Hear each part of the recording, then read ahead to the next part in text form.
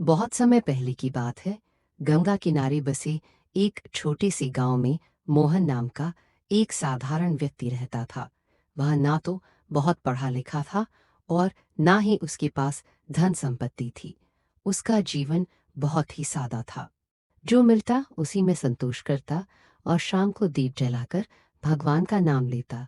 मोहन का विश्वास था कि भगवान हर जगह है, हवा में, पानी में, इंसानों में और हर जीव में। वह रोज कहता, हे प्रभु, मेरे पास देने को कुछ नहीं, बस मेरा सच्चा मन स्वीकार कर लेना। उसी गांव में एक बड़ा मंदिर था। वहां हर दिन एक अमीर व्यापारी, धनराज, पूजा करने आता था। वह सोने के कलश, महंगे फूल और बड़ी बड़ी दक्षिणाएं चढ़ाता। लोग उसे बड़ा भक्त मानते थे, लेकिन धनराज के मन में गरीबों के लिए दया नहीं थी। अगर कोई मदद मांगता तो वह उसे डांट कर भगा देता। एक दिन भगवान ने दोनों की भक्ति की परीक्षा लेने का निश्चय किया। वे एक बूढ़े साधु का रूप धारण कर गांव में आए। सबसे पहले वे मंदिर पहुंचे। धनराज उस समय पूजा कर रहा था।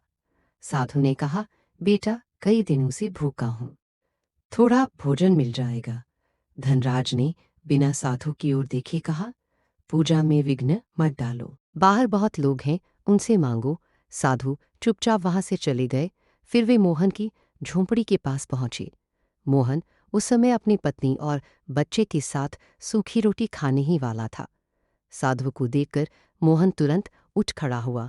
उसने बड़े प्रेम से कहा, बाबा, आप मेरे घर आए, यह मेरा सौभाग्य है। जो है वही स्वीकार करें। मोहन ने अपनी थाली साधु के सामने रख दी। उसकी पत्नी ने कुछ कहने की कोशिश की, लेकिन मोहन ने मुस्कुराकर उसे रोक दिया। वह जानता था कि अतिथि मैं ही भगवान होते हैं। साधु ने भोजन किया और प्रसन्न होकर बोले, मोहन, क्या तुम मुझे पहचानते हो? तभी साधु का रूप बदल गया। सामने स्वयं भगवान खड़े थे। झोपड़ी दिव्य प्रकाश से भर गई। मोहन और उसका परिवार भाव विभोर होकर उनके चरणों में गिर पड़े। भगवान ने कहा, मोहन, तुमने बिना किसी लालच के, बिना दिखावे के मुझे भोजन कराया। यही सच्ची भक्ति है। जो दूसरों में मुझे देखता है, वही मेरा सच्चा भक्त होता है। अगले दिन पूरे गांव में यह चमत्कार फैल गया। धनराज को अपनी गलती का एहसास हुआ। उसने समझ लिया कि केवल धन से भगवान प्रसन्न नहीं होते, बल्कि ये दया, प्रेम और सच्चे कर्मों से होते हैं। मोहन का जीवन पहले जैसा ही रहा, लेकिन अब उसके चेहरे पर एक अलग शांति थी। वह जान चुका था कि भगवान उसके साथ है, हर सांस में, हर कर्म में।